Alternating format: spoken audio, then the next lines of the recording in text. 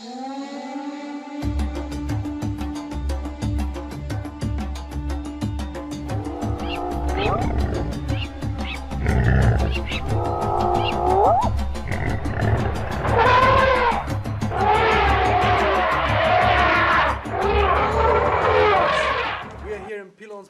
Reserve, and we're staying here for the night.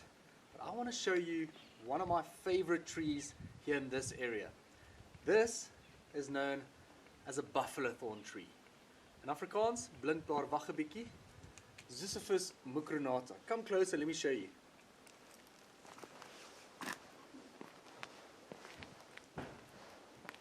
Right, first thing is, it is actually quite easy to identify this tree from all of the other trees in the area. If you look at the bark of the tree, it's got a nice darkish bark compared to some of the other trees in the area here. This is bird's end, which is actually dropped on one of the other plants here. But this buffalo thorn tree, the cool thing about it, let me just show you a branch. Come closer and I'll show you some of the newer branches actually show it much easier than the older branches. Where I just want to get right, let's come closer to this one. Okay, do you see that it's not a straight branch? It actually bends now and again, almost at a 45-degree angle, not that much, but yeah. And then you can see that it's got one hooked thorn and one sharp thorn. Now if you hold up the branch to the heavens, you'll notice that at every bend there's a leaf, and at every leaf there's a thorn that points downwards and then another thorn that points up. Now a lot of the local people, and especially in this area as well, believe that this tree can help you make decisions in your life. Now if we were to take this leaf here, we'll look at the main vein. You'll notice that it's got three mid veins. The main vein would be a maybe, yes, maybe, no. So if I'm trying to make a decision, I can then hand it over to someone, and if they hold on to it, depending on the direction of where their thumb is holding on to the leaf, that can indicate their answers. So if they are undecisive about something, they can actually go and ask someone, can you hand me a decision tree leaf? And you hand it over to them, and they then go, okay. Now obviously, if they manipulate the outcome, they're actually getting the answer that they wanted. So it's a very, very funny outcome, but it's actually true. A lot of people believe that. Now, another thing is, it's got a lot of medicinal value to it, and also one really, really cool thing that I didn't know until when I started studying for nature conservation was that the fruit of this tree, and I think there's a dry, there we go, dry little pip from the fruit here. Now this little pip here, if you grind it and you make it into a porridge and you would eat that porridge, it has got 40 times the amount of vitamin C than an orange. Do you see the size difference? So 40 times more vitamin C in this than in that.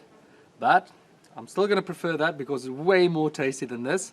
But if you are suffering from scurvy or anything like that, grind this up into a powder and then add it to a porridge. That will give you a lot of vitamin C and you will feel much, much better, especially in the winter time like now. Alright, then another really, really interesting thing, the Zulu people believe that if someone passes away, you have to accompany their spirit. So everyone has got a relationship with one another. You have to accompany the spirit of that person with you back to the grave. Now, this branch represents and can trap someone's spirit. So let's say a good friend of mine would pass away, and out of respect, I'm going to his funeral. I would cut a buffalo thorn tree branch, and it will represent and capture the spirit of that friend, and I will then go and lay that spirit to rest wherever the funeral is going to be. So if I'm now here in Northwest Province in South Africa and my friend has passed away in KwaZulu-Natal, I have to, out of respect, buy a airplane ticket or a bus ticket or even an extra seat in the car needs to accompany his spirit. So I'll then cut this off and lay that on the coffin when I lay my friend to rest. But there's a lot of spiritual meaning as well with regards to this. A lot of people in Africa, not just Southern Africa, believe that if there's thunder and lightning, you cut a branch off and you hold it above your head, and that will prevent lightning from striking you. I don't know if I believe that, but yeah, people have lived to tell the tale, and obviously it worked for them. And unfortunately, the ones that did it and it didn't work for them, they couldn't tell the tale either. So we'll never know if it works. But I want to tell you a little bit more about the medicinal value. So let me just grab the camera and I'll go from there. Okay, so with regards to the buffalo thorn tree, medicinal value, the fresh leaves are chewed up or pulped, applied directly to a wound or boils or sores to reduce pain and inflammation, and that will promote healing. Dry powdered leaves are also used. Decoction of the roots, so if you go down, we're looking at the roots, if they can find the roots. Decoction of the roots may be applied externally and are taken internally to reinforce this treatment. Okay, the roots and leaves are applied to sores and boils and even painful swellings to promote healing and ease the pain. Lots of medicinal values for this beautiful tree. Now another last thing is this tree is way older than 15 years. I can tell you that, not only because I've been working in Pilanesberg and I know this tree quite well, but also normally a buffalo thorn tree is a bush, and it stays a bush for about 10 years. After that, it spurts out and it grows rapidly and becomes a tree size, and then it starts putting on bulk, and the branches and the trunk starts getting larger and larger and larger. So for about 10 years of a buffalo thorn tree's life, it is seen and regarded as a bush, and that's also where it actually gets its name, buffalo thorn. I've shown you the thorns earlier on. These thorns are a menace, and buffalo have learned over time that if lions or any other predator are chasing them, they are only vulnerable on their backsides, on the bum. I'm pretty sure a lot of you guys have heard this story, but then they would back into these buffalo thorn tree bushes to protect themselves and keep them safe from these predators by just putting their delicate backsides into this bush, knowing that a lion or a leopard would not actually try and go for them, and they can defend themselves with their sharp horns. The Afrikaans name, Blinkblaar-wag, if you actually look at the leaf, it has a bit of a shiny edge to it, especially here in the sun. It sort of glistens a little bit. Blinkblaar, basically directly translated to shiny leaf, and then wag means wait a bit.